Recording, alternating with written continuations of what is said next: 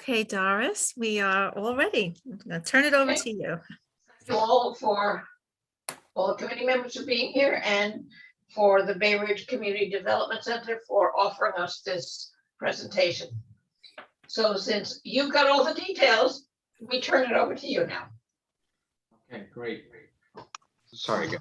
Okay, so what I'll do is that I had in plan to show you guys first the existing condition. As you guys know, this is the actual Church of St. John, and had been vacant for about 10 years. We actually tried our best to preserve the existing facility, especially the older part of it, which has been built in the 1890s, 1900s, and then they had multiple amendments and modifications throughout the years. Give me 1 second, please.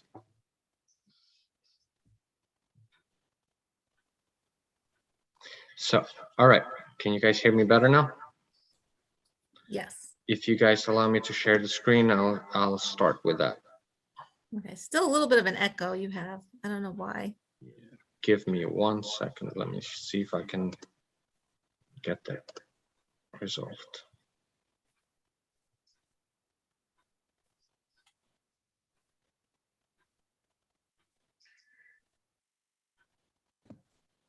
So as Albie is hopefully getting his echo fixed, I just want to tell you a little bit about Bay Ridge Community Development Center.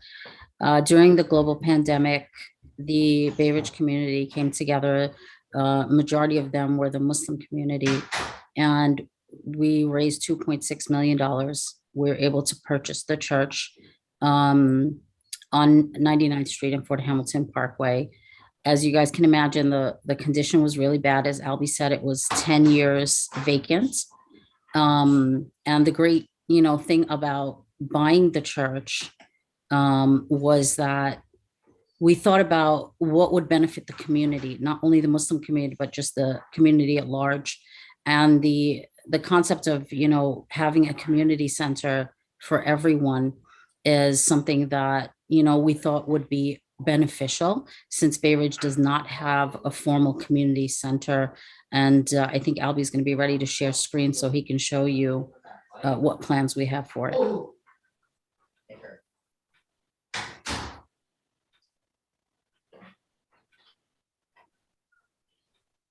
Right, so I'll start with my screen share and just 1 second. I don't know, do you guys hear the echo now? I do not. Okay, great.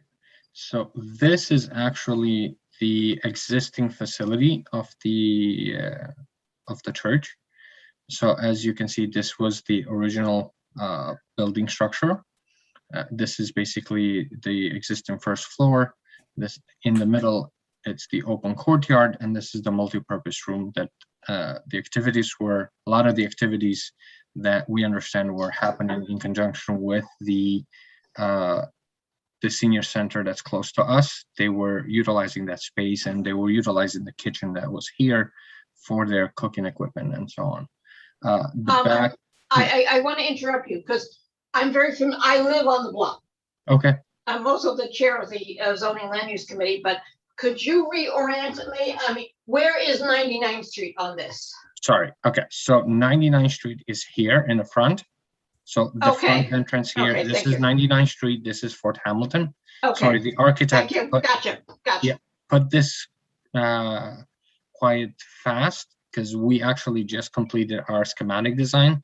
So he wanted to present what was existing and then for us to show you guys what we're intending to do. So as you can see, this is 99th Street and this is Fort Hamilton Parkway. This was the original entrance to the church side. This is the entrance to the rectory. This is the rectory layout. By the way, when we purchased the rectory, purchased the building, most of the rectory is gutted and has been gutted ever since. We actually have not done any work there at all. We did do some minimal work into the church space as well as the multipurpose room in order to kind of revive it and be able to utilize it during this past year for our activities. We also did a partnership with Islamic Society of Bay Ridge because of COVID restrictions, they needed space for their congregants to utilize the space during the month of Ramadan. So we actually signed a lease with them, a temporary lease while, we're in pre-construction phase. So they were able to utilize the space for their prayer hall because of the social distance. And then now they're still there, they're utilizing some of the space, but we're also doing the food program and some youth activities from our center as well. So it's been very lively. Let's put it that way. Let's keep it that way. So again, this is the original church. This is a courtyard that's open in the middle. And then this is the multi-purpose room that was built in the 50s, as well as in the back, it's the rectory. And then let me just drag this over a little bit. So this is the mezzanine that's on top between right above the kitchen here, as well as there is this open mezzanine above the original church where the piano is still there. Actually, we still have kept the piano. Unfortunately, the church did not want to collect it.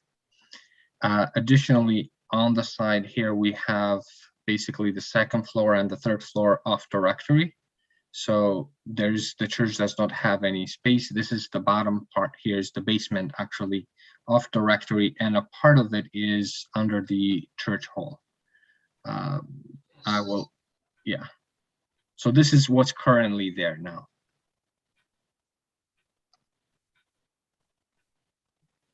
Okay, give me 1 second. I'll share my next video.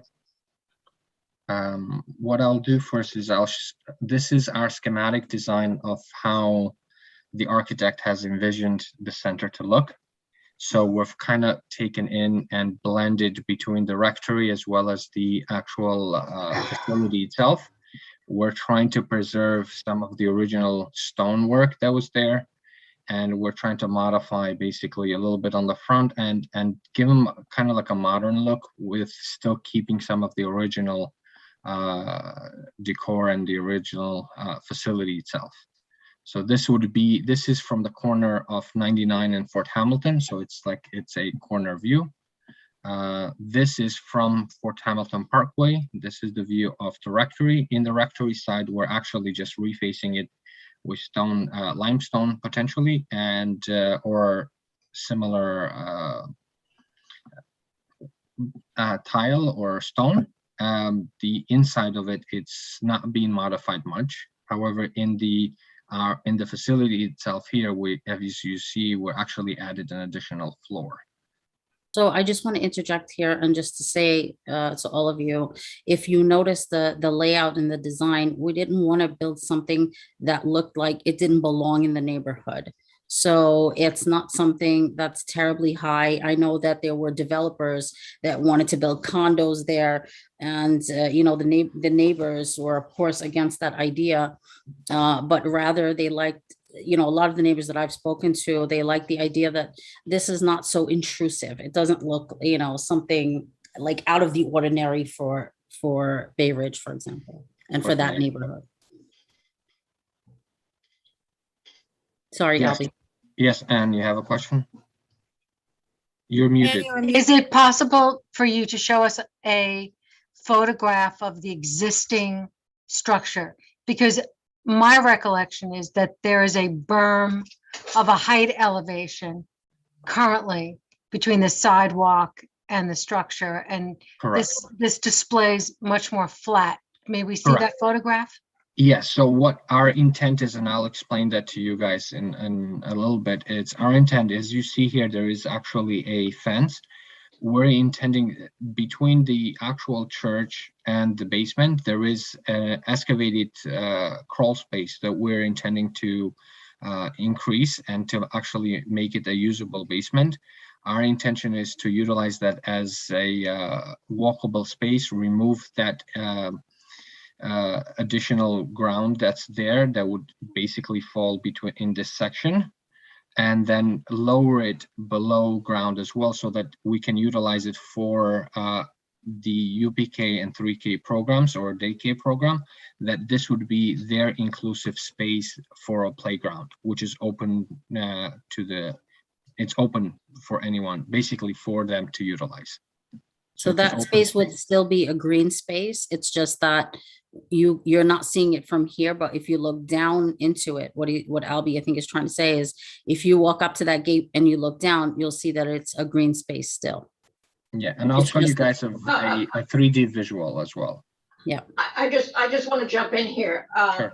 I understand what Anne's saying. Basically, on the north side of the property, basically what's on the right-hand side of the screen, that's where the rectory is, and that is the part that is high. And by lowering that to ground level, it actually gives them the opportunity to have additional floors without having additional height. Correct. Am I correct there? Yes, you are. But Yeah, from yeah, the, because, that's my Yeah. corner, I know it. yeah, so from the sidewalk to the edge of the church or to the first floor, it's an elevation difference of about 5.5 to 6 feet. So by us removing that unusable space and turning it Right. into a usable green area, that would allow us to have now not only windows, but also a walkable and a usable space for activities that can be conducted there. Is there any possibility that you can retain any of the existing red brick and some of the details of the church? Because it is an historic site. You mentioned the year that the church was built, but it actually dates back to the 1830s. Correct. So it would be, I think it's important for the community historically to have some of that preserved. So I'd if like you to were- answer, I'm sorry, I'd like to answer this. Besides, I know Albie's gonna walk you through what is gonna be preserved or what we hope to preserve. One of the things that you'll see when we take a look at the inside is that we're building out a small museum gallery space. I was able to contact the diocese that sold us the church, and they're in Long Island. And I asked them to give me copies of the original documents for the original church so that we can display a document walk of what the church was prior to this community center.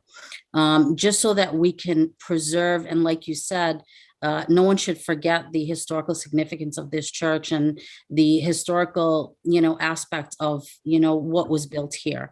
So that is absolutely something that, is in the works, definitely in connection with the diocese that sold us the church.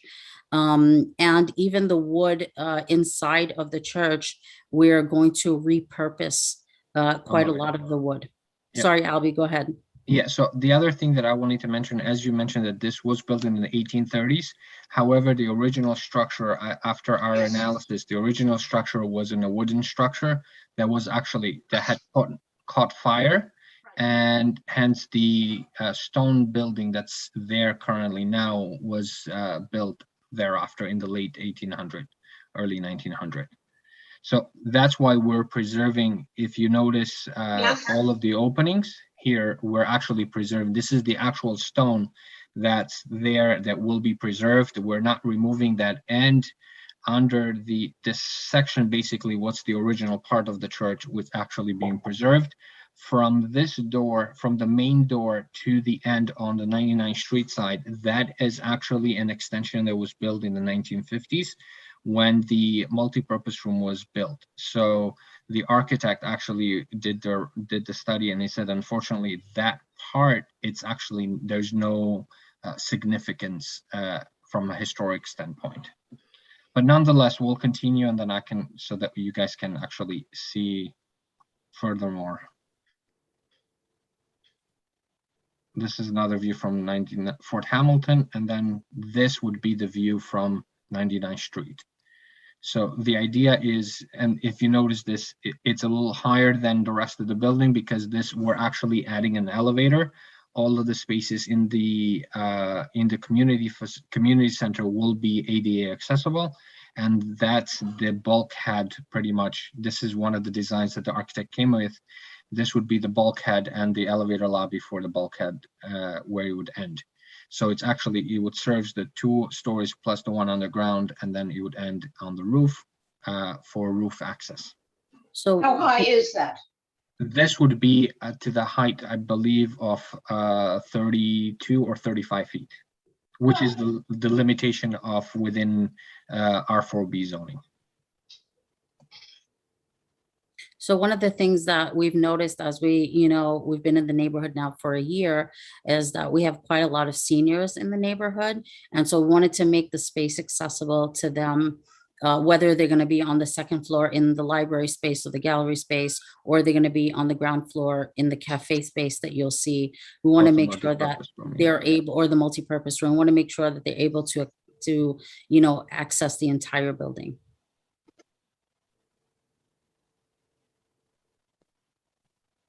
Okay, so this is now the new layout, and I'll start. This is this is the upper floor, and so we'll start from the ground floor. Basically, the new area, what is being developed is the daycare space, which, as I mentioned earlier, this will be excavated, as well as the daycare outdoor area. This is where the elevated ground, it's currently there. The rest of the spaces, where there's the daycare, let me just try to make this larger so it can be seen in red. The craft room, the daycare office, the quiet room, the infirmary, the storage, and the gym, as well as the toilets, the girls and the boys' toilets. This space actually exists and is there fully because it's under the rectory. The only space that we're adding is the daycare space, as well as the toiletries and a lower level for the elevator access. Then I would move into the first floor. We're actually have done, this is where the original church is. We're actually preserving that space as a prayer room as well. We have, sorry, is anybody speaking?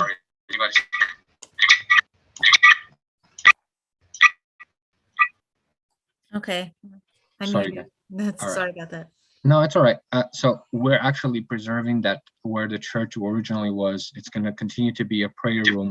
We have signed an agreement, a lease agreement with Islamic Society of Bay Ridge because of their utilization of the space. Currently, they actually liked the area and the prayer room, and they asked us if we could do a long-term lease with them for this space here so they can utilize it for additional prayer areas. We're actually lowering, if you notice from the previous, we lowered and brought this to the street level so that it's ADA accessible. There will be a vestibule entrance that will provide a courtyard space that would lead into a cafe at the back. This is accessible from anyone. Again, this community center is accessible to everyone. So there is no religious connotations whatsoever. So anyone could utilize, come in, have a coffee, sit down. The multi-purpose room actually will continue to stay here. The only difference is that the current kitchen and the lavatories that we have here will be relocated to the front. So as we're enlarging, most of you know, we've actually have a pretty successful fresh fruit distribution program that we do every Saturday. That we're serving around 400 to 500 families a week. We're actually increasing that kitchen. We're turning it into the backspace into a much larger kitchen so that you can, and storage space so that we could utilize for even cooking and hot meal distribution as well through here. From the rectory side, that would come in through the Fort Hamilton Parkway side, we have a waiting lobby, an area. This space now will be turned into a mental health and social and emotional counseling rooms and sessions, so that we've noticed, and that can be utilized also for other counseling sessions, whether it's youth development and things of that nature. But most of the offices will be now turned into will be used into the rectory space. So if you see that, and Bibi will be able to speak more on the programming end as well, if you guys would like to hear that. And then let's move a little bit to the second floor so you guys can see the second floor. The second floor, again, this is all brand new now, everything with the exception of the back space. So this would be, this multi-purpose room here is actually above the prayer hall and the existing church. So we're actually removing the roof to add the additional square footage. There is going to be a lobby and a walkway, which is with glass to be able to see down.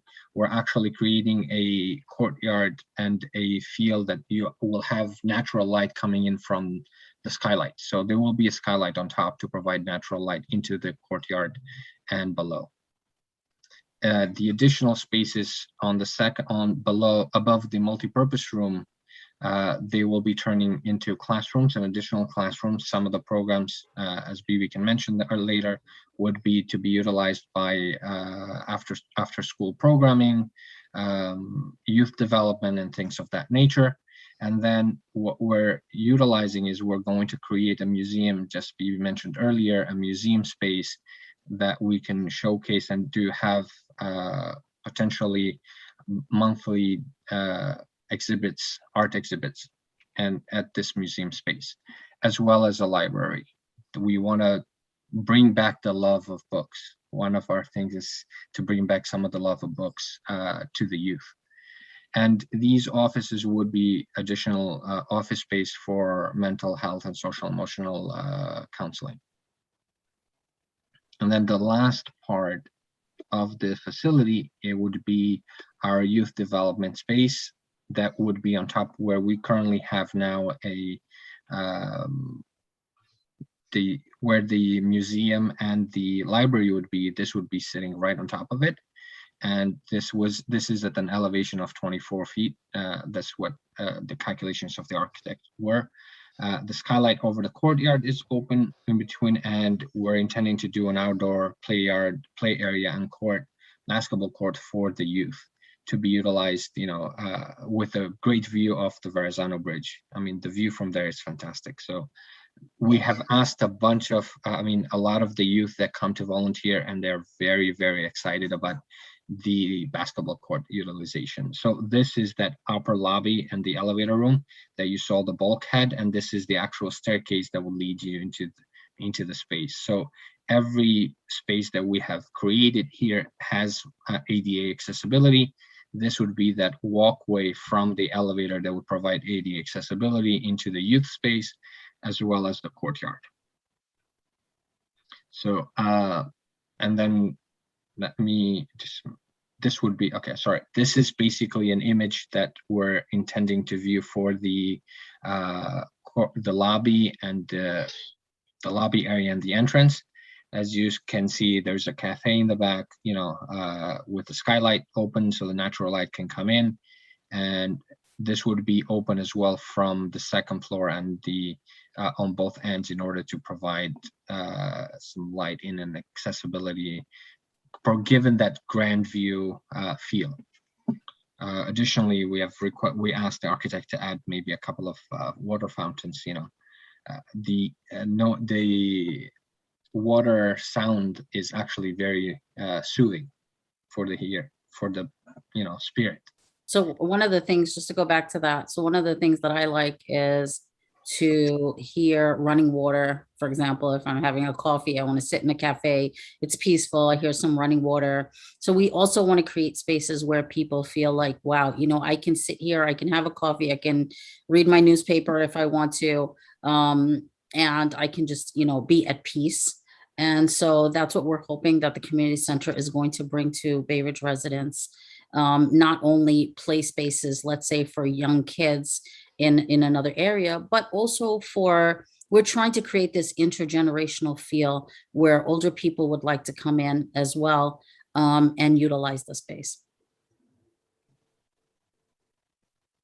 So let me go. The next slide this would be the prayer room that will be utilized by Islamic Society of Bay Ridge. As you can see, we're actually preserving the current doors, the archways, and this wood would be all the reclaimed wood from the facility itself that's currently there.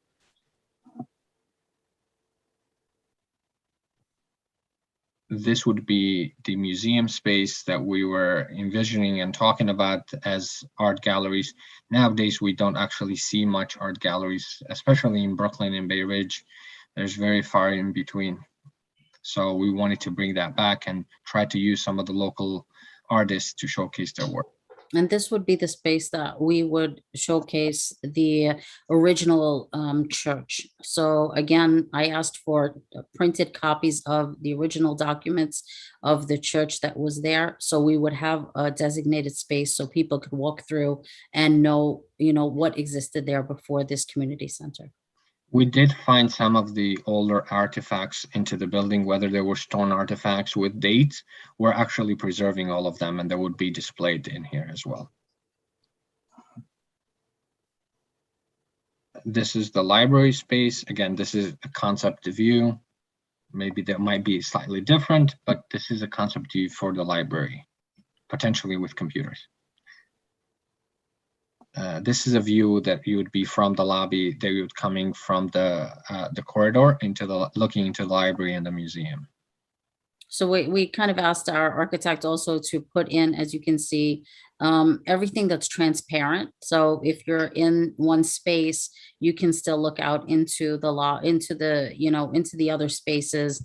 And so you don't feel closed off. So one of the things that I noticed when I first walked in there was the lack of natural light. And so we're trying to create that idea that it's open and it's not so closed off.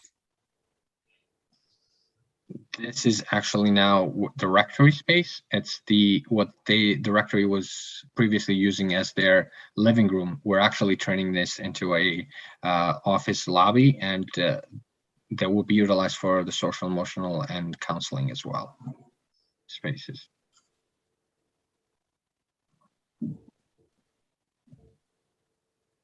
These are some of the offices, that space that's currently there. We're actually keeping all of the existing rooms that are in the rectory. We're actually just repurposing them. This is an image of the classrooms that would be built on the second floors. So this is an example on how the classroom would look like that could be utilized. And this is the gym space in the basement floor that will be utilized for the children as well as members that can come in and work out. And this is the view of the basketball court, rooftop basketball. Again, with we added some bleachers so that individuals can sit, and potential the view from Verrazano, you cannot see it because of the bulkhead, but it's actually there. And this would be the daycare space, the UPK 3K space. So this would walk right into the, if you notice, and the windows and the door would walk into that space, that playground area for them that's designated for them directly. And this is the multi-purpose room on the first floor that's currently there. Will still continue to be a multi-purpose room for events, lectures, and things of that nature. We hope to bring back a polling site as well. Yeah. So we're a little bit ambitious, but we're hoping that we can bring back a polling site to Bay Ridge, and especially in that area there, where a lot of There is one half a block away. Oh, okay. Oh, great. There's the question, is that, it looks like a wedding it's set up for. Would you be using it for that kind of a thing also? It's kind of small for a wedding, but if people are having, let's say, small gatherings, maybe. I think the architect just kind of made this rendering so that we could potentially see what it could look like. What are you reducing the height to in that room for the multi-purpose? Because right now it's got gigantic ceilings. What would the height be in that room? The height here would be around 13 to 14 feet. And what is it now? Do we know? Now, actually, it's the whole facility up to the peak of the roof is about 33, 34 Okay, feet. thank you. Yeah, 33 feet. Yeah. Because it's one floor, it's all open. There is a mezzanine right above the restroom and the kitchen, but it's in a bad shape. So we're actually going to remove that completely and to put in a proper floor, and the kitchen would be moving to the front. So this basically image where it says you and me, it's actually would be the end of the kitchen. The kitchen would be right behind it. Just as a question, do you envision it as a rental space also? Correct. Okay, So it could be utilized for rentals as well. okay, The idea for the community center is, in a nutshell, is that we want to utilize and bring in programs that will make the center self-sustaining. yeah, that makes sense. That's what I'm trying to understand. Yes, yes. So every program, and that's why even for the UPK 3K / daycare, that's one of the reasons why we were very interested in that. There is not a lot of 3K and UPK in the area, with the exception of a couple of blocks away from the church that's there. But that's something that generates income and could provide, that needed income for the center. The cafe is the second thing as well, and then even the classrooms could be rented as well for afternoon programs or even during the day if we need to. Those are also rentables. Okay, What would be the capacity of the pre-K and any other educational space for children coming in on a daily basis? The capacity, we're going with the city recommendations and limits. So each classroom, that space will be into 2 classrooms most likely, and those would be about, I believe, BB, correct me if I'm wrong, but 20 to 25 kids per I class. think not more than 20. Yes. And how many classrooms? Just Right. 2. There's 2 in the ground floor, and then there is 3 to potentially 6 additional on the second floor. That's a very large pre-K center. So this would be the ground floor. And this would be, we show it as 1, but we're actually envisioning 2 as a UPK and 3K.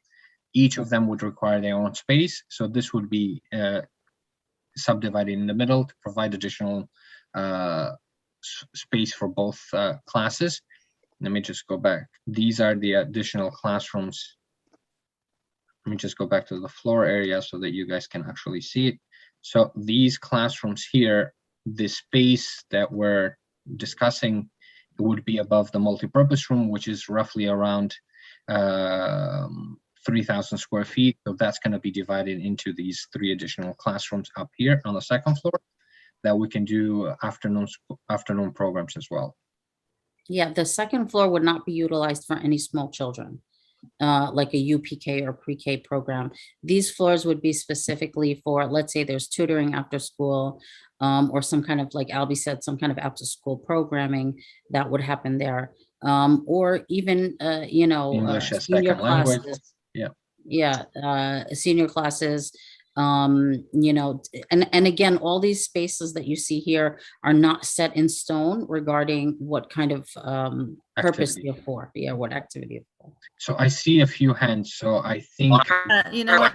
Right, I was gonna Doris? say, that, Doris, you Dar- have a few hands raised, Anne. Dar- And then- Yeah, Well, Anne, Anthony, and Anne, Robert, and then Victoria.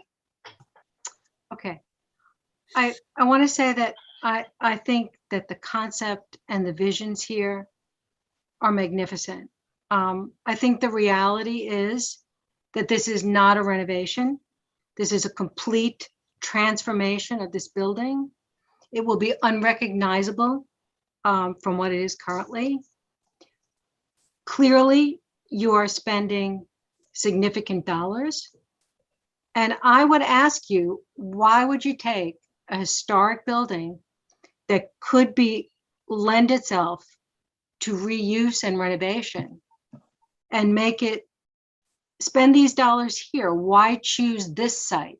Essentially, you're making a new building with a slight tip of the hat by revealing a tiny bit of the stone and having an exhibit in the gallery. So that's my question. Why here? Someone's speaking, but I don't hear them.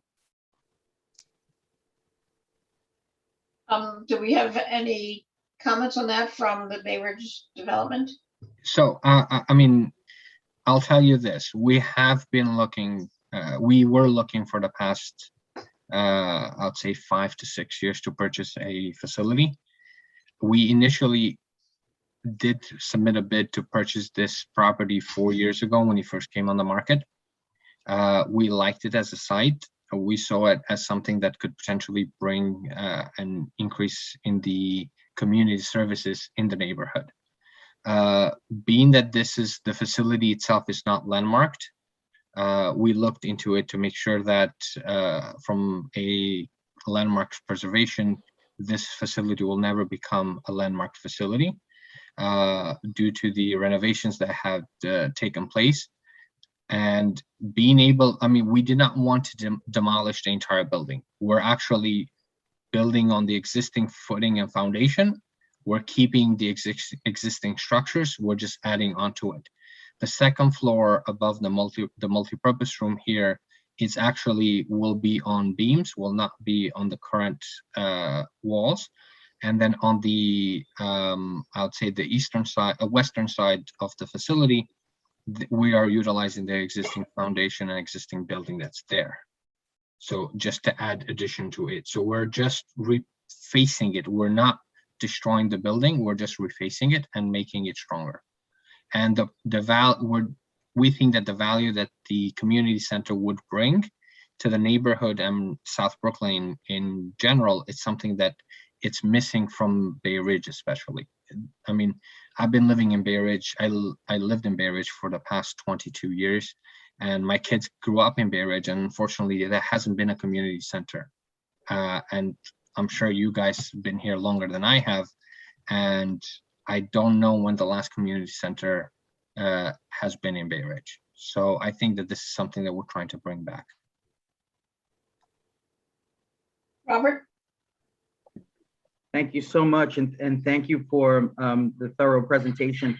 Just have a question regarding the multifaceted use, especially with so much space committed to pre-K centers or UPK3, UPK4. There are a large number of pre-K centers in Bay Ridge, and I know that certain parochial schools, the UPK has been removed because there are so many centers that exist within the neighborhood.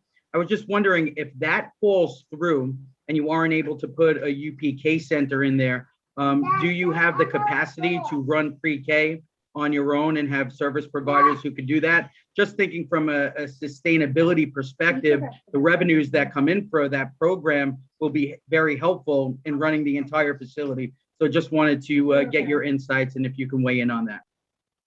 Thanks, Robert. Actually, to be honest with you, we have been hearing a lot about, and Andrew Gennardis actually talked to us about this, about the UPK and pre-K, and that, you know, I don't want to say phasing it out, but they are lowering the amount of UPK centers that are around.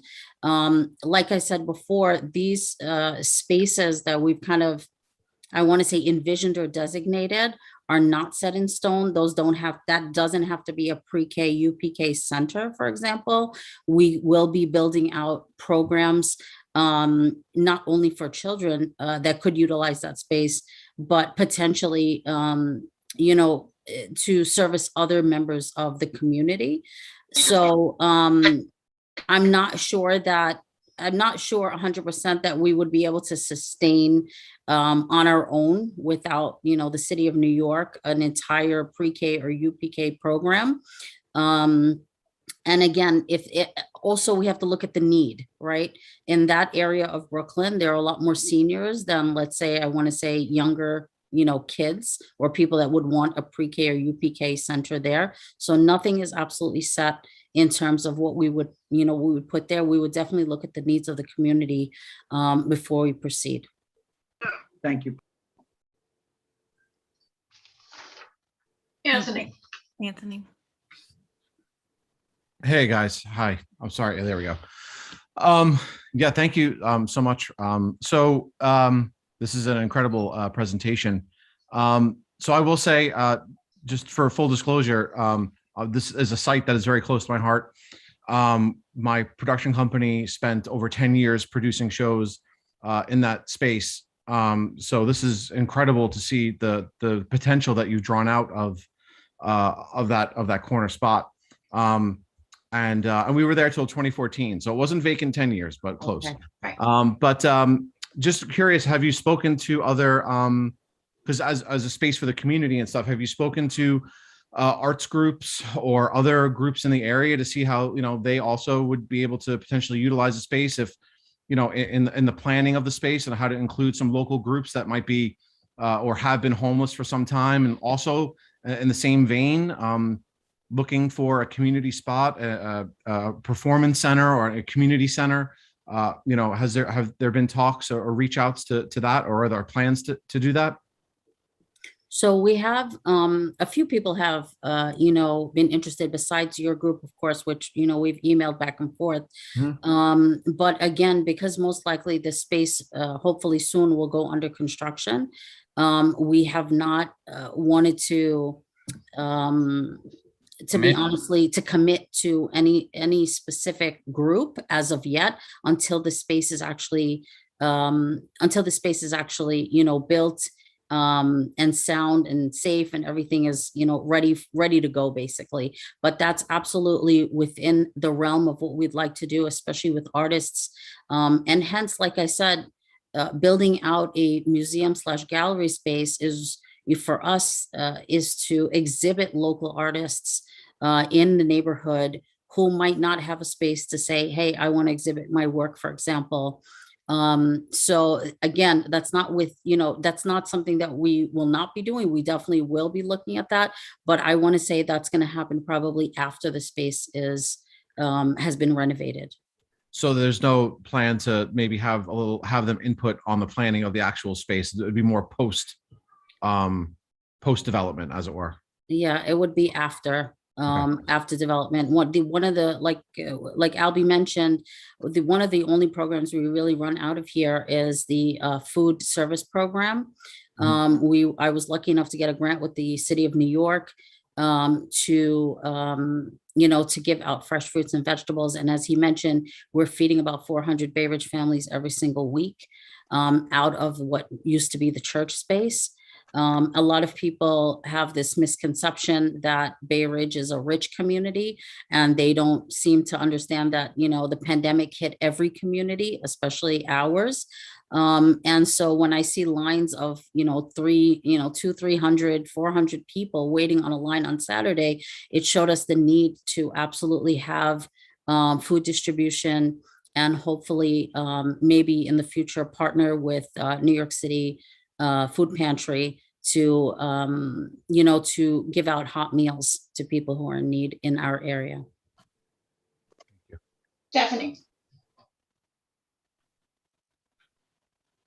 Unmute. So, Okay. someone, I thought Victoria was ahead of me. I didn't want to No, jump the line. we do board members first. Oh, okay, I'm sorry. I have two questions, actually, please. I know you said that the space, it's not yet dedicated, or it's rather fluid, the intention for that space, but it sounds as if you have a very cohesive idea about what the mental health, social and emotional counseling program will be. And if you could speak to that, please. The other question is about the food program. I think it's wonderful that you can reach so many families, but I have noticed that on Saturdays, Yes. there's a large number of people lined up in front of all of the private residences, and it wraps around the block. As you expand that program, do you have an idea of how you might address the distribution so as to reduce some of that congestion on the sidewalk? Yeah, Thank you. Thank you. Stephanie, thank you so much for bringing that up. We are looking at a ticketing system, and maybe like a specific time when people can pick up groceries rather than, having them line up. And every single Saturday, I walk that line and I make sure that I tell people, please don't sit on someone's stoop, or don't get, that's somebody's private property. And I'm very, very cognizant of the people that live there. And I've even spoken to a lot of the residents there, and I've said to them, I hope that we're not disturbing you. And, and I've apologized if we are disturbing them. But I absolutely understand what you're saying regarding the lines. They have now been wrapping around the corner, but I think that we'll try to do a ticketing system. One of the things that we've done with the elderly in the community is We have taken their names and their addresses, and we have some very, very generous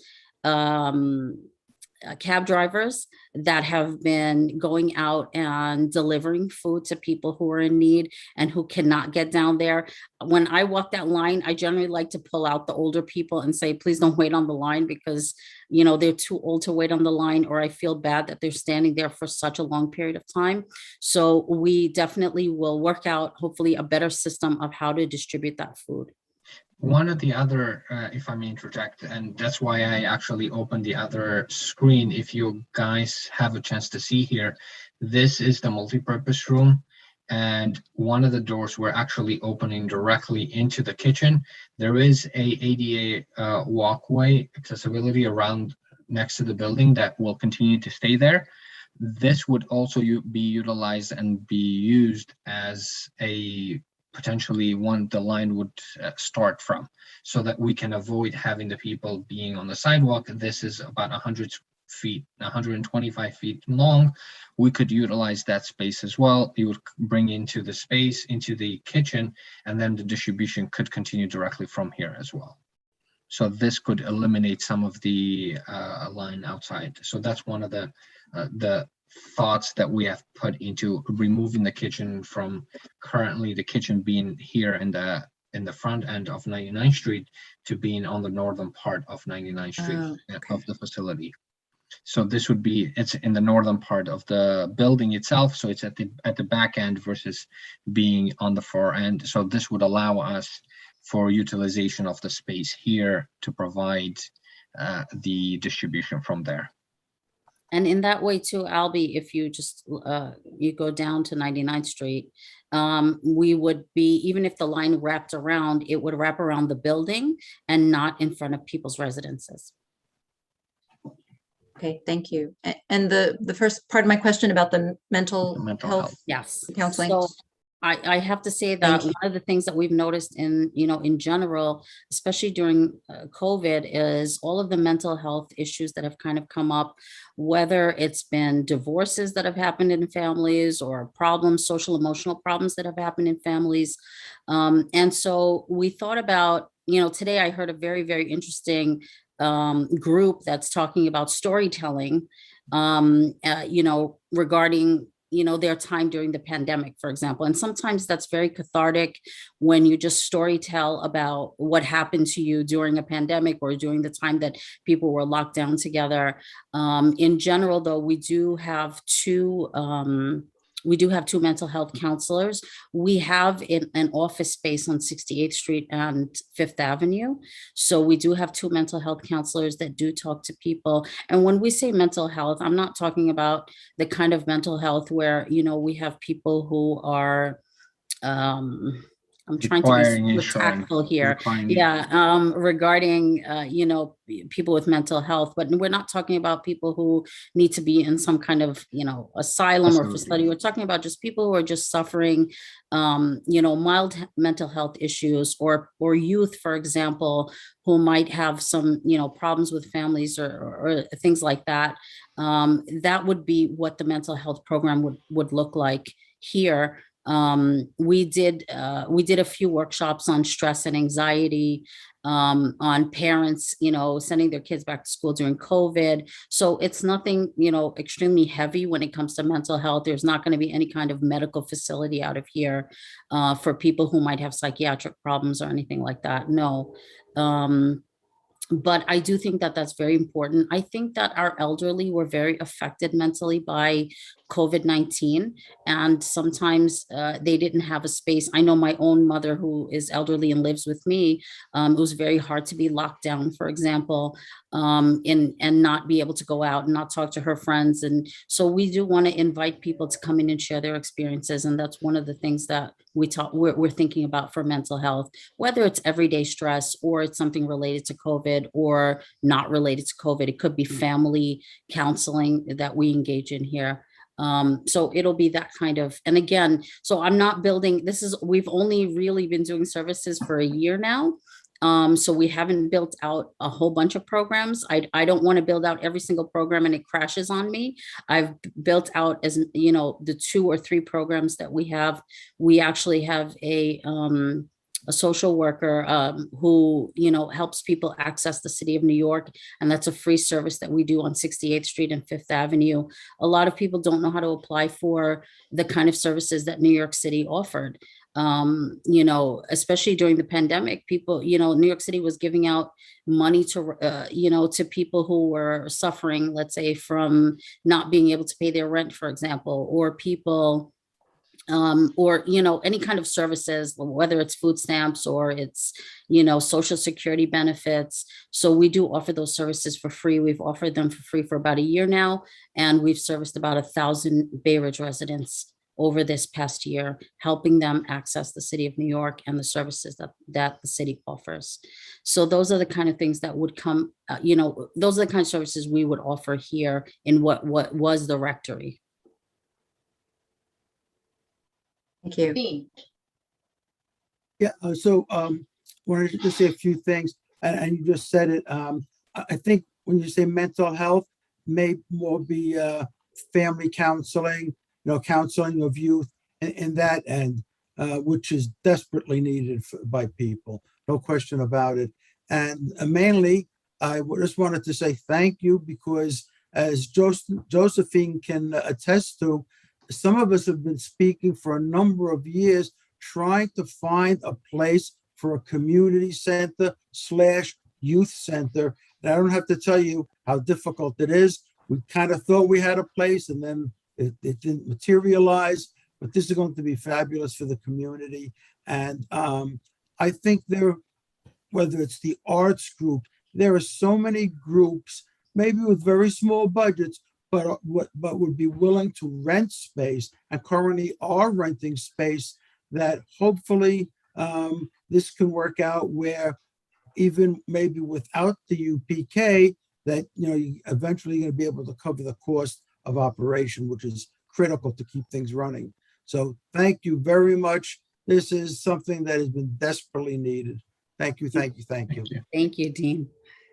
okay, and I'm gonna jump in. I want to thank Stephanie for bringing up the issue of the cars double parking for the food pantry. It's an important issue, and earlier in the season, earlier in the summer, there were fewer cars and more people walking, and many people do walk. And thank you for being cognizant of that. But in addition, Saturday is garbage collection day. It's garbage and it's recycling. So we've got 2 trucks in that area, and I hope you'll be cognizant of that. I want to go back to an aesthetic. I'm very happy that it's not a huge facility, it's not high. But the church, the original church, is red brick. The houses on 99th Street are red brick. The houses on Fort Hamilton Parkway are red brick. I think if you could incorporate that, it would have into your design, it would have an important aesthetic effect for the local community. And I could go on, but this is an out of the way area. Yes, there are many, but the B16, the B37, and the B63 is not far away, but it's still, and the subway isn't that far away. And I know many people walk. But if you're talking about after-school programs and school programs, we need you to be cognizant of the impact that will have on our local streets. Correct. So if I may interject, regarding your first comment regarding the red brick, I will have a conversation with the architect and see if we can do something where we can utilize that and bring that into the forefront. So thank you. That's something that we'll take into consideration and then work with the architect in the design. Regarding the traffic, we actually, and Josephine knows this, we actually met with her. One of the first things when we purchased this facility, and this is a conversation we also had with the Senator Gonardis, is that right across the street from the center, from the church, there is empty spaces that belong to the parks department.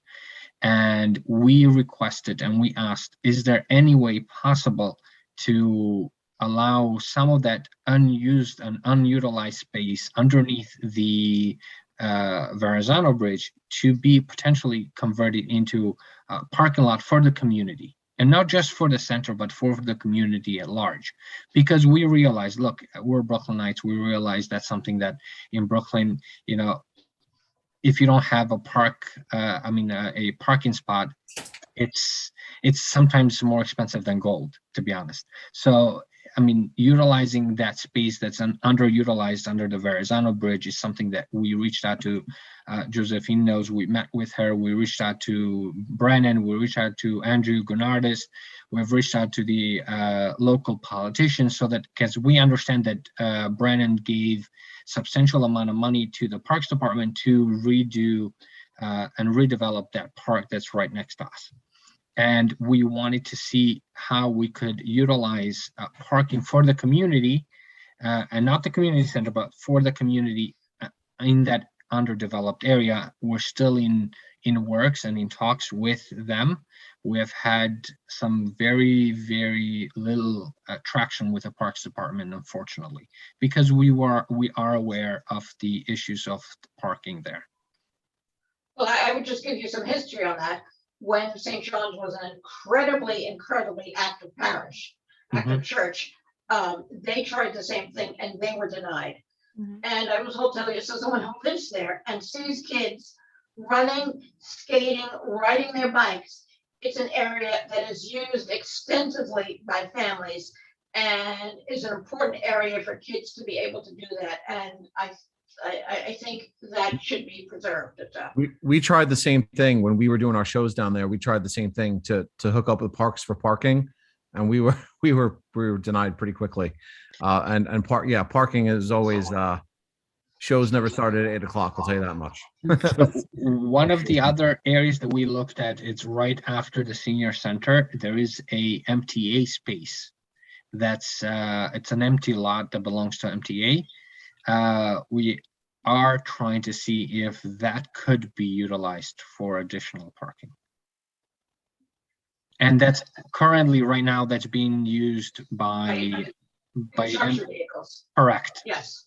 So that's something that we're thinking potentially could be a future, maybe, you know, additional parking area. And I would just tell you, someone who lives there, and I think Stephanie knows this too, Fort Hamilton Parkway is a speedway. There is a stop sign on Marine Avenue. Yes. And basically, we're lucky that cars stop at Marine. And so to add additional pedestrian crossing in that area could be extremely problematic. And I haven't gotten you, Victoria. Thank you. And now, I'm sorry, but our procedures are, Victoria, are board members first, then the general public. So go for it, girl. Victoria.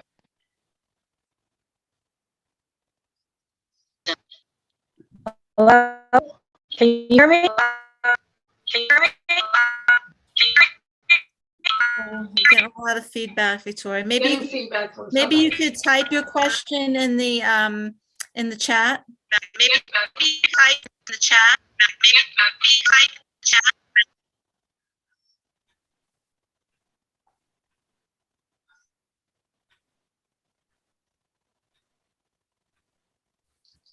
While Victoria is organizing that, may I ask a question? Sure.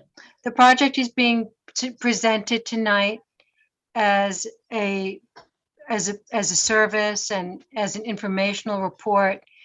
Is the project as of right in terms of zoning and other city regulations? Yes, so we're under community facility R4B. Within our square footage, the property itself between the rectory and the facility, the church and the multipurpose room, It's about 12,500 square feet. So as of right, we're allowed under community facility to build up to 25,000 square feet. Okay, and you're under the parking requirements? Correct. So where the current design that the architect has done without the basement space is around 20,000 square feet. So with the basement space, it's going to be about 24,000 square feet. But again, underground spaces do not count as part of the FAR. So Right. we are within the height limitation as well. Okay, thank you. Isa? Yeah, I just wanted to comment and say that I think this is a great center. The way it looks now, I think it's going to facilitate a lot of services for the community. Specifically, as Dean mentioned, the mental health counseling. I think that's needed extraordinary for the youth and for the general public in total. And the museum is a great addition, as well as the introducing different arts. So I think overall it's a great project, and I hope success for it. Thank you. Thanks, Isa. Thank you. So are we waiting on the question that's being written?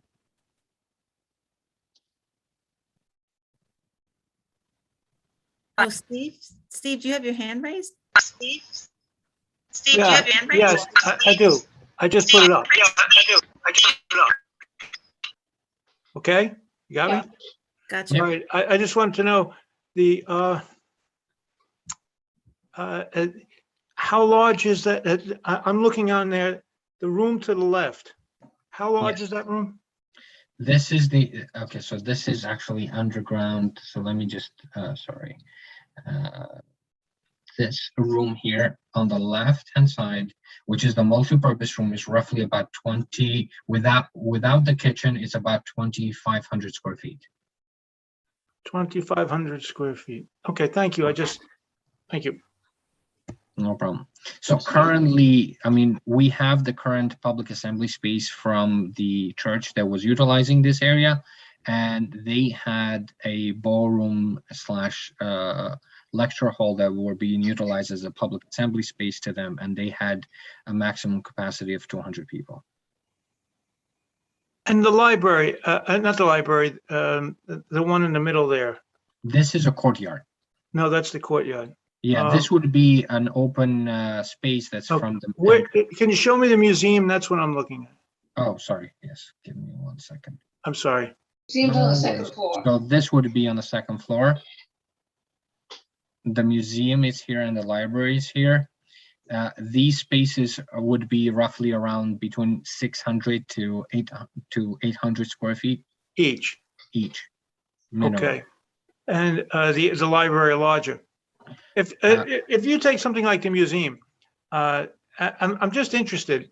You're going to keep this up, and what would you put into the museum? What kind of artifacts would you be putting there? And is this something that would have, for example, shows that you would be changing it twice a year? I'm just trying to understand what the museum, what the purpose of it is. I believe me, I understand the purpose of museums. Yes. But I don't know to what extent that museum is going to attract. So have you done any work? Because I'm wondering then if in fact the museum turns out to be something that doesn't work, okay, what would you convert it to? correct. So as Bibi mentioned earlier, the space, we're calling it a museum, but it's also a art gallery, museum slash art gallery. One of the things that we've been doing is we've collected a lot of the artifacts from the original church, and we're in talks with the diocese to collect some of their artifacts as well, so that those will be the initial basically part or showing would be what was there previously. So we want to preserve what they had built originally and what was there for over 100 years. And keep some of those artifacts, whether it was the original dates of the stones from the original dates, some of the stones that were there from individuals that had donated, whether the piano or the money or different in different capacities to the church. but were from the early 1800 and early 1900s. We actually have some of those stones, and we're trying to preserve, as well as documentation that the diocese would have. The second aspect of it would be, once that, I would say, fades out, we would then open it up to a local artists and trying to showcase their work there. So that's one of the programs that we're intending to build once in the next, I'd say, 2 to 3 years, when the facility is close to being completed. Then we would start to work with a lot of the local community artist communities, so that that space can be utilized and changed, whether it's on a quarterly basis or a monthly basis or every other month, depending on what type of programs that would be able to utilize there and bring. It's just that it seems to me that something of that nature and that size, it would seem to lend itself, for example, the types of things you're talking about, to being interspersed throughout the entire building on the walls and things of that nature. But whereas here, what we're doing, or what you're doing, is concentrating it all into one room, okay, at that point on the second floor, correct? Correct. All right. It just seems to me that at some point, like I'm saying, it's not like there's an art show. I mean, would you advertise this? How do you see the museum as an attraction? Do you see it as just something that preserves history? I'm trying to understand the purpose of a museum in, like I'm saying, on the second floor in a relatively small room, relative to the entire, because 600 square feet. I mean, that's a rough number, so it could be Right. maybe 800 or 1,000 square feet. Okay, but Yeah. the point being that it seems to be giving over a lot of room to something that, like I said, if it's wall hangings, there's lots of wall space in your in the entire building. I'm just like, what do you? I mean, you expect it just to be something that you would like the community? Would you advertise it for shows? That's what I'm trying to understand precisely, where you're going with the museum.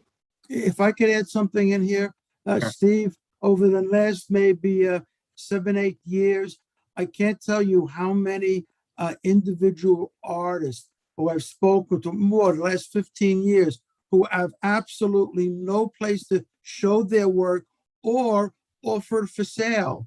So I think we'd all be surprised how many artists, whether it's drawing, painting, sculptures, so many artists would use that space. And I would say rent it also, not only for Right. display, but to sell their products. So I think there would be a very good use of that space. I don't know how much space it should be, but I think there are many, many people in the community who would love a space like that to show their work, to be able to offer for sale.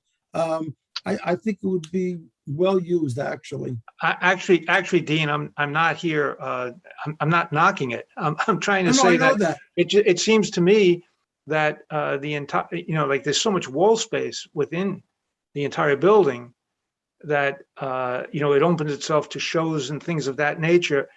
I'm just saying that it seems like perhaps it's a little bit myopic just to put it into that 600 square feet.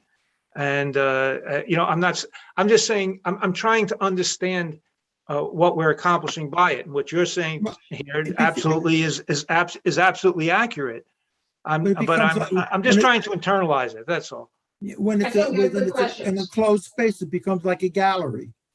Right. And that's basically what it would be, a gallery to show the artwork. Like they have storefronts all over the place in Lower Manhattan. It would be a gallery for artworks. That's how I'm interpreting it anyway. I also That's- want to interject and say that we do also have a lot of local authors who actually, they write books, and maybe they would like a book signing, for example, in Okay. that space. So we would be able to say, hey, we have the library space and the museum space.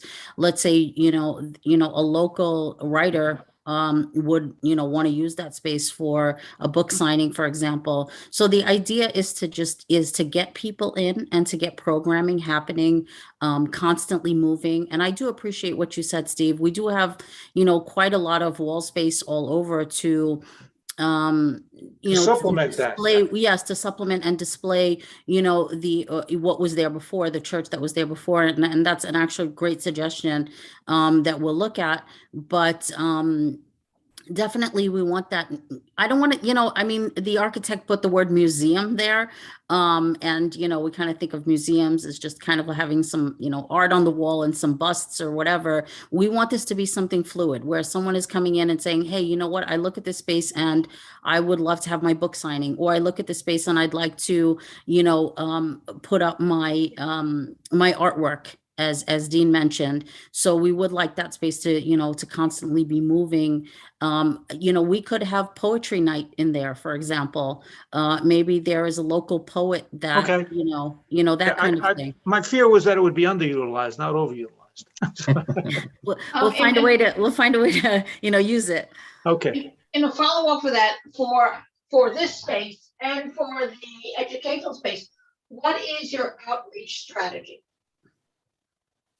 What is my outreach strategy, you said? I'm sorry. Outreach strategy. So I'll be honest with you, since we've been in, in operation for a year, I've gotten so many phone calls from people saying, we want a space to rent.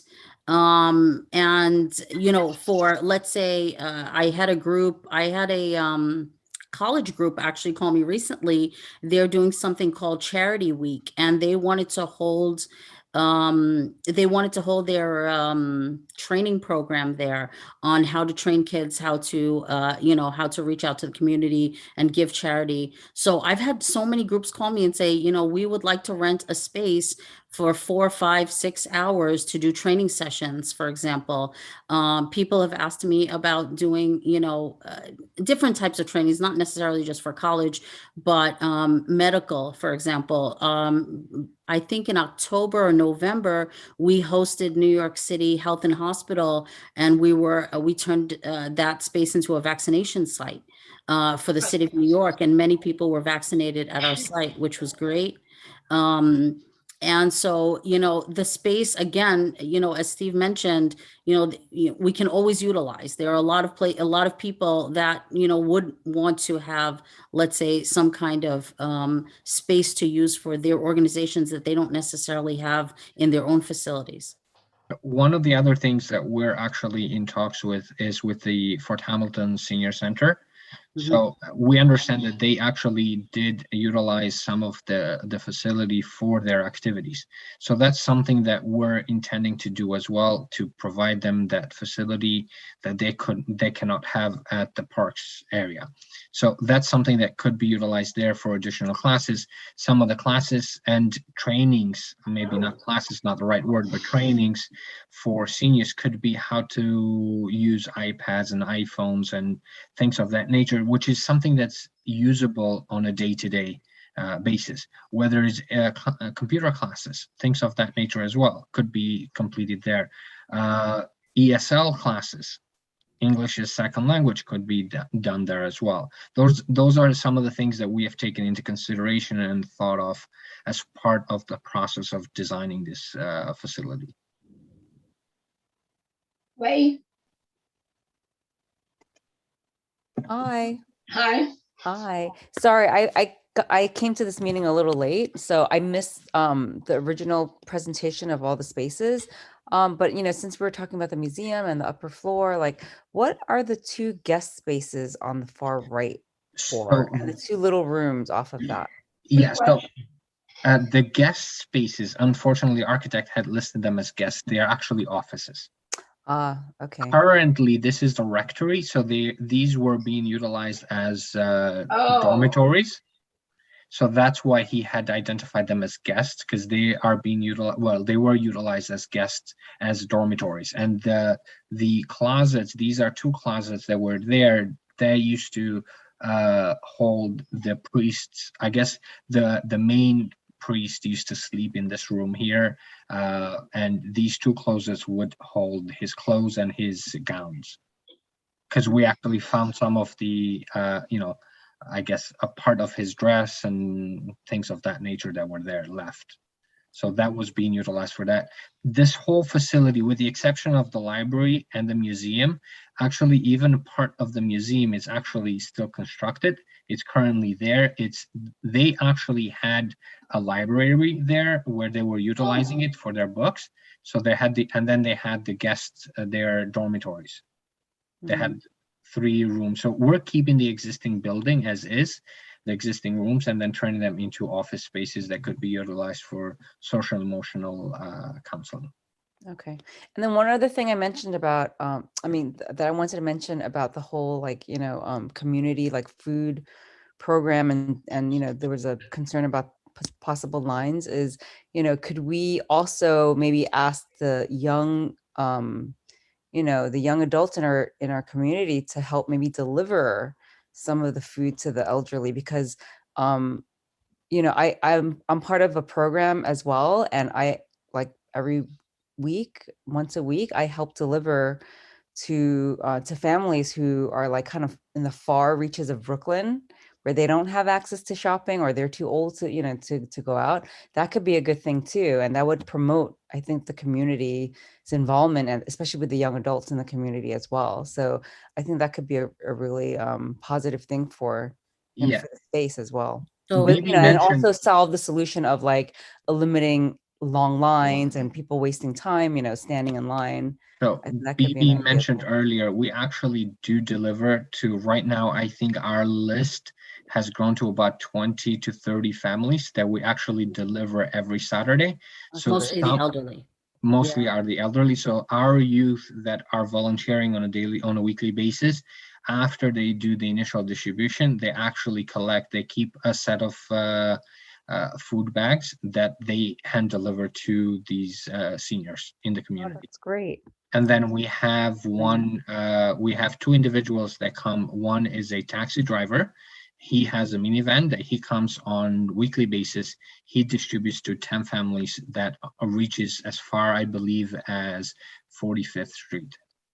And So I just want to That's great to comment hear. that the food program seems to be staffed by young adults.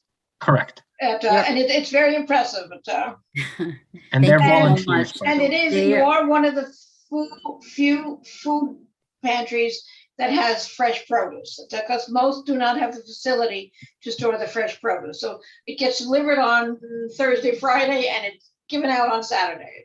Actually, to be honest with you, we get delivery Saturday morning and we give it all out by 12 o'clock. Oh, wow. So we that's don't keep fantastic. anything on site. Oh, okay. We don't keep anything at all. And yes, it's all fresh produce that we get.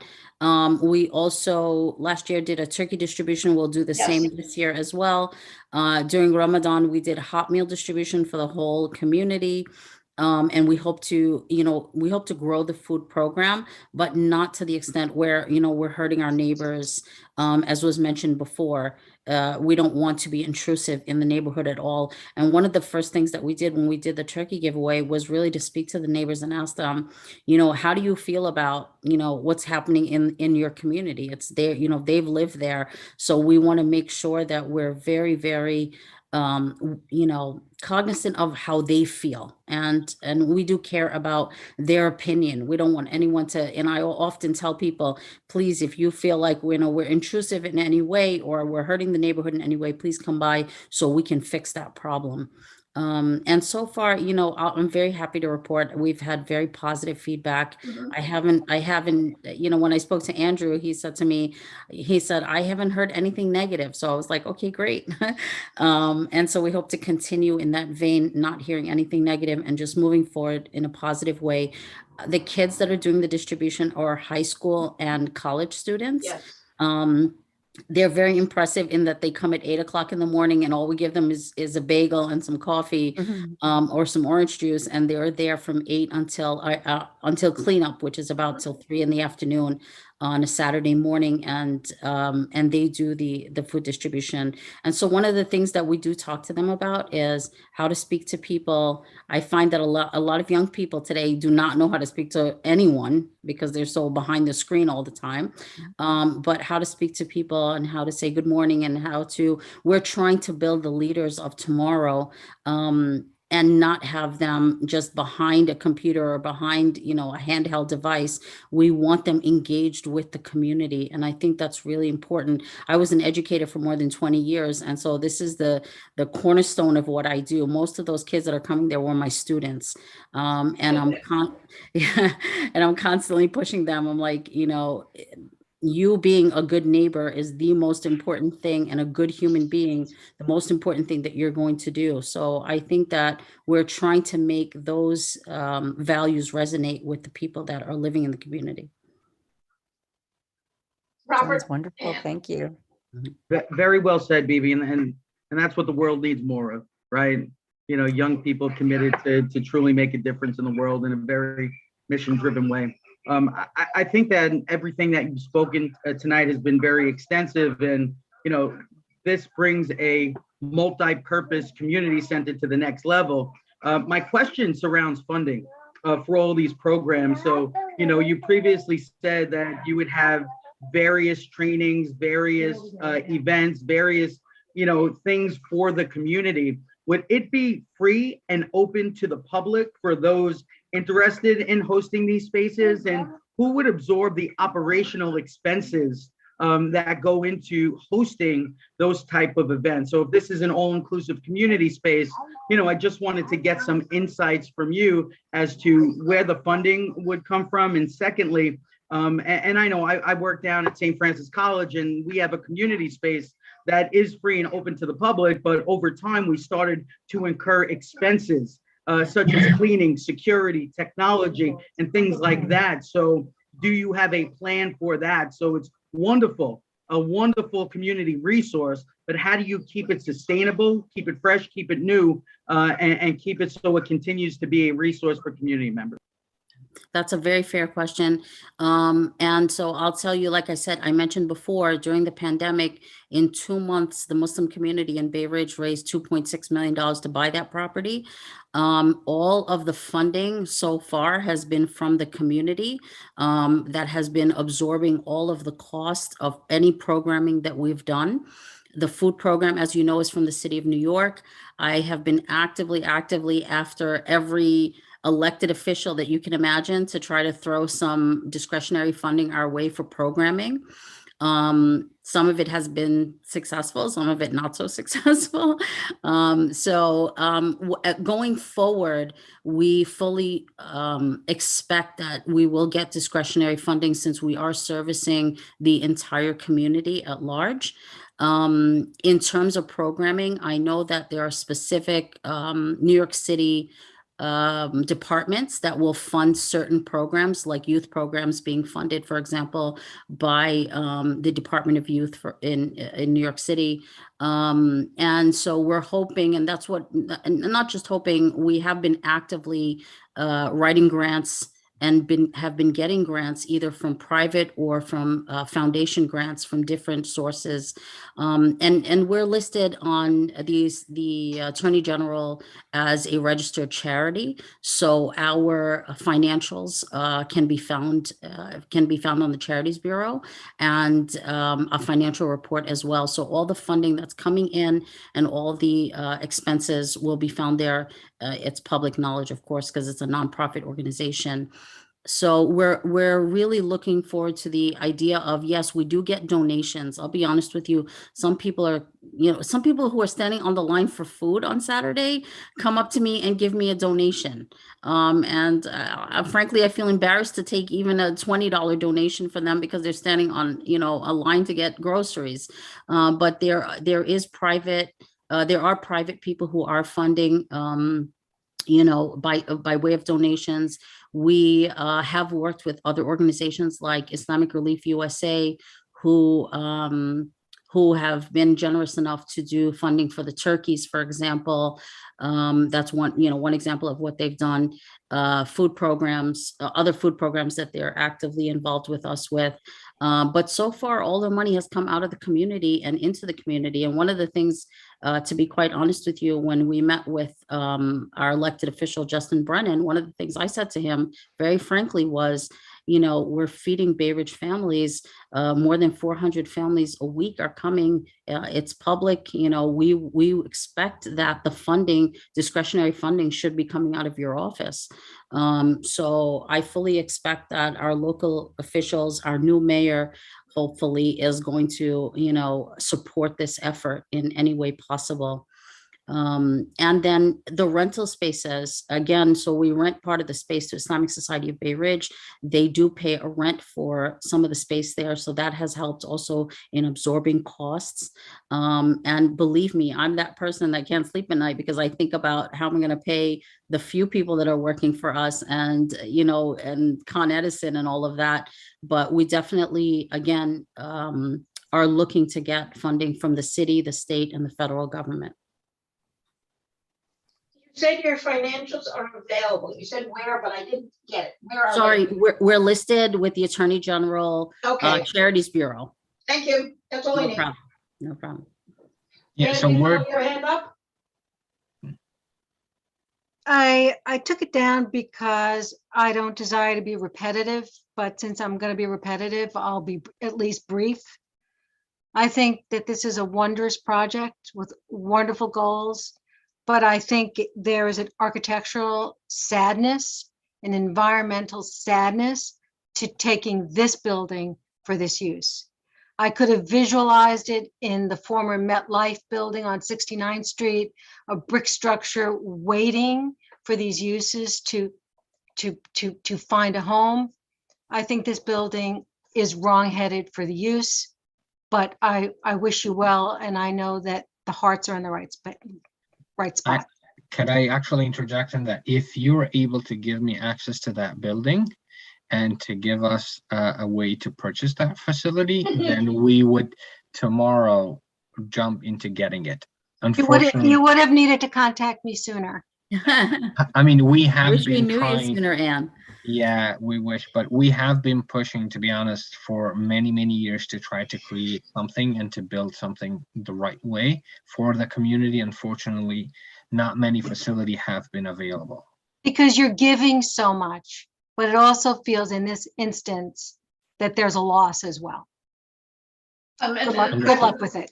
I would like to Thank you. reinforce that because that's when I say there is a physical presence to that building that the community will lose. And I believe that you can find a way to incorporate that. then Doris I- will do our best to do that. Just like you mentioned with the brick, the red brick, we'll try to keep that as part of the facade. I'll have a conversation with the architect tomorrow and see how we could utilize and try to blending better with the community. And we would be very happy to work with you on that. Then Dean and then Victoria. And then I think we're getting there. Yeah, and, in regards to the comments about the facility, I get that. But if we had a standard developer come in there, they would gut the whole place, rip it down, dig out a foundation, but put up a big square box. So, there's no easy answer when you have a facility like we had, a beautiful church, 100 and some odd years old. But I think, the end product is kind of justify the means, so to speak. But what I wanted to say, that we have reaching out community services more up like in Dyker Heights. They get trailer loads of food that are donated either through the city or by other companies. And on the weekends, they have hundreds and hundreds of people coming there getting all sorts of food. I don't know if you're familiar with their operation, but they run a beautiful operation. They have a storefront there. They have storage in the basement, and everything is donated. They don't, as far as I know. So that might be a little, place where you could start talking with people. But Thank you. I think as you go on, we're going to find many groups that are willing to rent, and we have to get money from the city in terms of, youth programs. We got a facility here. It's going to be ideal for a youth center, which is usually funded through the city. So Correct. we got to wake up our elected officials here and get them on the stick. This is what we need. Correct. Thank you, Agreed. Dean. And if you need a job, I'm ready to hire you. I'm retired. Thank you. Victoria, your hand is not up right now and you are muted, but we would be very happy to hear from you.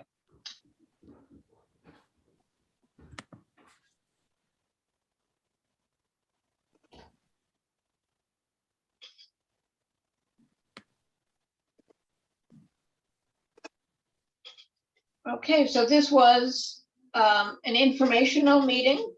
You have inundated us with information, which has been very helpful, and so I thank you. And Victoria, any comments? I feel bad. It seems like Victoria's having real technical issues, and I don't see anything in the chat, so perhaps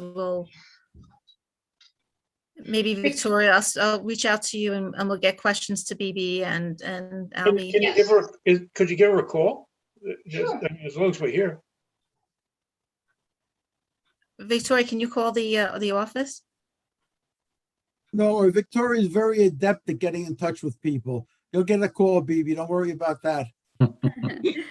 And I want to say definitely to Robert, who put in the chat, we would absolutely love volunteers from St. Francis College. I will, I'll put my phone number in the chat, and please reach out. And anyone that wants to volunteer, we definitely leave the volunteership open. It's not only the youth. Sometimes I see a mom will bring like 3 or 4 of her kids because she wants to teach them the value of giving back to the community. And I invite families to come in. I say to families, come on in and, volunteer with your kids even.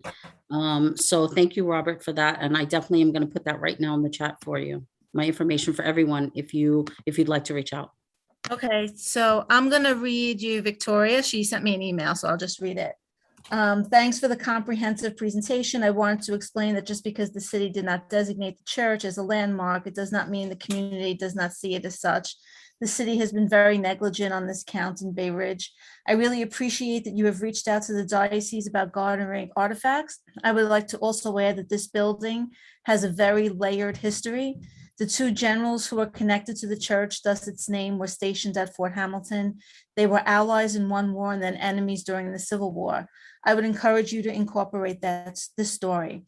Is the beautiful Norman-style sanctuary becoming the prayer room? I wish that space was preserved for new use. If this cannot happen, can it at least be documented and important architectural elements of it preserved elsewhere? I love the courtyard with the skylight. This was very sensitive use of the original space as well as the incorporation of the original arches. My concern aesthetically of the exterior is that it's so stark, especially with what exists across the street. I would suggest incorporating more of a garden, green space along the curbside and utilizing brick or wood, i.e. organic materials that reflect the surrounding homes to soften the extra bulk.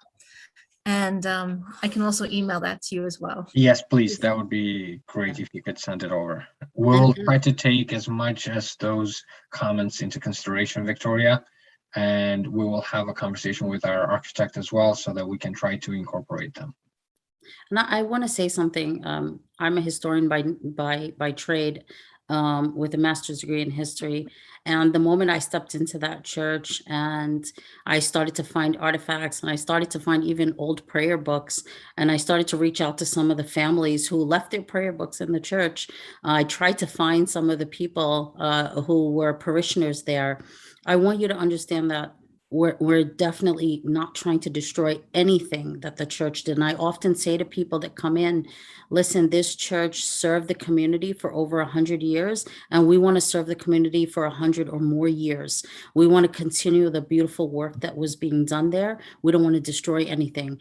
And so I hope that you feel that sincerity when you see the spaces that we're building out. The spaces that we're building out, like someone mentioned, we're not building out condos. We're not building out something that's impersonal. We're building something that is going to facilitate this community the same way the church facilitated this community. And this is why we've reached out to the community. We want to make sure that there's no one that comes by and is sad and upset about what we're doing. Yes, there is, of course, going to be that sad feeling that the church is no longer there. I can attest to how I would feel if it was a mosque and it was now turned into something else. I would feel that same, sorrow. But I definitely want you to know that we're trying to help people with the new center and not trying to destroy anything at all. And we'll try our best to keep as much of what was there and what was existing as we possibly can. Thank you. Okay, Doris? I just want to, on the use of the church, and the pastor who was there when I first moved here, Father Ho, the church was open 24 hours a day. And I know several people who said it was their solace. Because when they had times of stress, they were able to go there. So it's the importance of a mental health facility, because it really was for their mental health. And they could go there and just sit in solace. So that's a very important history of that site. So one of the rooms that we built out, thank you so much, Doris, for that. One of the rooms that we built out is called a quiet room. And so I think that would facilitate the need, let's say, for example, for someone to come in and say, hey, I just want to sit and I want to, I need a minute, or I need to, reflect. So we are building out a quiet room space. And this is why I said that we, in the beginning with the courtyard, that we're putting in those fountains. I really want someone to walk in and sit and, hear running water and be able to look up at that beautiful skylight and feel peaceful in this space. So thank you so much, Doris. And then my other comment is, I see lots of young men working. I do not see enough young women there. So I'll tell you this, all the young women are inside packing the groceries, and I have the young men carrying the boxes on the outside. So we're the donkeys. But I'm sorry, Albie. Yes, Albie's the first one on the line out there carrying the boxes, but I do have a whole bunch of young women inside packing those groceries. And I invite everyone to come in, definitely, especially on a Saturday morning when that place is really full. Please come in and take a look at the work that's being done there and meet the kids actually that are there. I asked Justin Brennan, I said, please come in and just say hi to the kids. When Andrew came out there, he said to me, I was so impressed with the young kids that are, that are in there. And I say kids, some of them are like 23, 24 years old. He said, I'm so impressed that they're coming in on a Saturday morning. So I invite all of you to please come in and meet with them and talk to them and ask them what's attracting them to the new center.